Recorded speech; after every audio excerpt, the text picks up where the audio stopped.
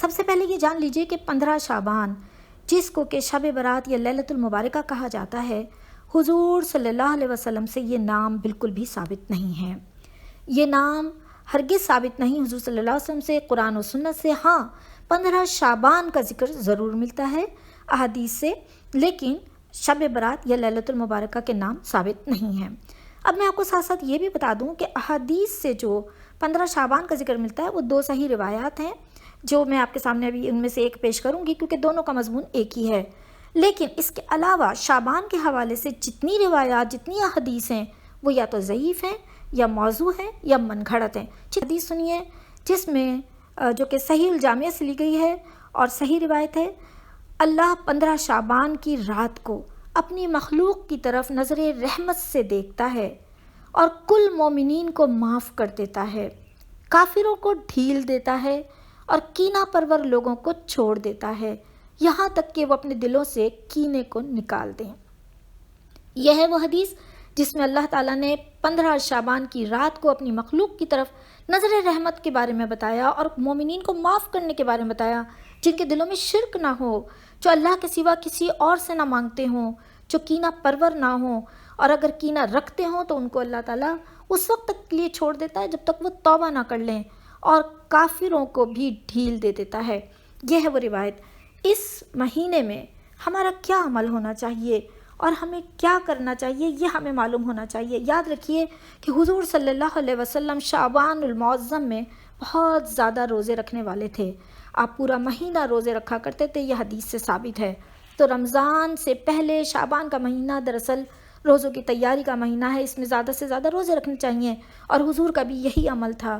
تو ہمارے کرنے والے اعمال بھی یہی ہیں کہ ہم اس مہینے میں زیادہ سے زیادہ روزے رکھیں، ساتھ ہی شرک سے بچیں، اپنے ایمان کو مضبوط کریں، کینہ دل سے نکال پھینکیں، کسی کے خلاف بغض اور کوٹ کپٹ اپنے دل میں نہ رکھیں، شرک سے بچیں، اور اس کے علاوہ ساتھ ساتھ یہ بھی ہے کہ ہم نیک اعمال کرنے والے ہوں۔ لیکن اس میں کوئی 15 شعبان کو عبادت خاص نہیں ہے، یہ ہمیں سمجھ لینا چاہیے۔ کوئی بھی ایک صحابی سے 15 کا روزہ ثابت نہیں ہے، نہ رات کی عبادت ثابت ہے۔ کوئی ایسی بات ثابت نہیں کہ صحابہ نے اس پر عمل کیا ہو یا ایسی کوئی چیز انہوں نے اپنی طرف سے نکالی ہو، ایسا کچھ نہیں ہے، نہ قرآن سے ملتا ہے، نہ سنت سے، نہ صحابہ کے عمل سے۔ تو ہمیں 15 شعبان کو کوئی خاص عبادت نہیں کرنی، اور نہ ہی 15 کا روزہ جو ہے وہ ہمیں اس کا ثبوت ملتا ہے، اور نہ ہی خاص عبادت کا کوئی ثبوت ملتا ہے۔ البتہ ایام بیس کے روزے جو ہیں وہ سنت ہیں، یعنی کہ اسلامی مہینے کے 13، 14 اور 15 کے روزے یہ سنت ہیں۔ اگر آپ پہلے سے رکھتے آ رہے ہیں 13، 14، 15 کے روزے، تو آپ 15 کا روزہ بھی ضرور رکھیے۔ اور ظاہر ہے کہ یہ اسلامی روزے ہیں اور یہ 13، 14، 15 کے حضور صلی اللہ علیہ وسلم بھی رکھا کرتے تھے۔ اگر ہم بھی ان کی اتباع کرتے ہوئے رکھتے ہیں تو یہ بہت اچھی بات ہوگی، اور ویسے بھی شعبان میں زیادہ سے زیادہ روزے رکھنے کا حکم ہے۔ اس کے علاوہ ہمیں ان تمام چیزوں سے بچنا چاہیے جو کہ بدعت ہیں، گمراہی ہے اور دین میں اضافہ ہیں، جیسے طرح طرح کے پکوان بنانا، حلوے بنانا، فاتحہ کرنا، قبرستان جانا، نہانا دھونا، قبرستان میں رش لگانا، چراغاں کرنا، آتش بازی کرنا، یہ تمام چیزیں مسلمانوں کو زیب نہیں دیتی، کیونکہ مسلمان ان تمام تہواروں کو نہیں منایا کرتے، یہ سب بدعت ہیں، یہ گمراہی ہے۔ جو اصل تہوار ہے وہ عید الاضحیٰ اور عید الفطر ہے ہمارے ہاں اسلام میں، صرف اور صرف جس کا باقاعدہ مسلمان اظہار کرتے ہیں اور مناتے ہیں۔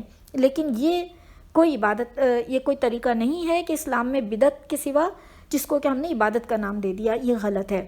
تو صحیح عبادت بس یہی ہے کہ اگر آپ انڈیویجولی خود سے کچھ عبادت کرنا چاہتے ہیں تو آپ ضرور کریں، کیونکہ ویسے بھی مسلمان جو ہے تہجد میں عبادت کیا کرتے ہیں، اور اس کے لیے صحیح احادیث موجود ہیں کہ ہر روز اللہ تعالیٰ آسمان دنیا پہ جلوہ افروز ہوتے ہیں اور پوچھتے ہیں کہ کون ہے مغفرت طلب کرنے والا، کون ہے سوال کرنے والا، کون ہے معافی مانگنے والا، کہ میں اسے عطا کروں، میں اسے معاف کروں۔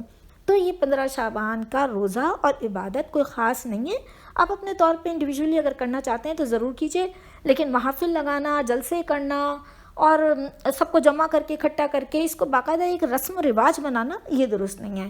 امید ہے کہ آپ کو یہ تمام باتیں بہت اچھی طرح سے سمجھ آئی ہوں گی۔ میرے لیے دعائے خیر کیجیے گا اور یہ ویڈیو آپ کے لیے فائدہ مند ثابت ہوئی ہے تو اسے ضرور آگے شیئر کیجیے گا تاکہ دوسروں تک بھی یہ بات پہنچ جائے۔ مجھے اجازت دیجیے، چینل کو سبسکرائب کر لیجیے، ویڈیو کو شیئر کر لیجیے۔ اللہ حافظ، اللہ نگہبان۔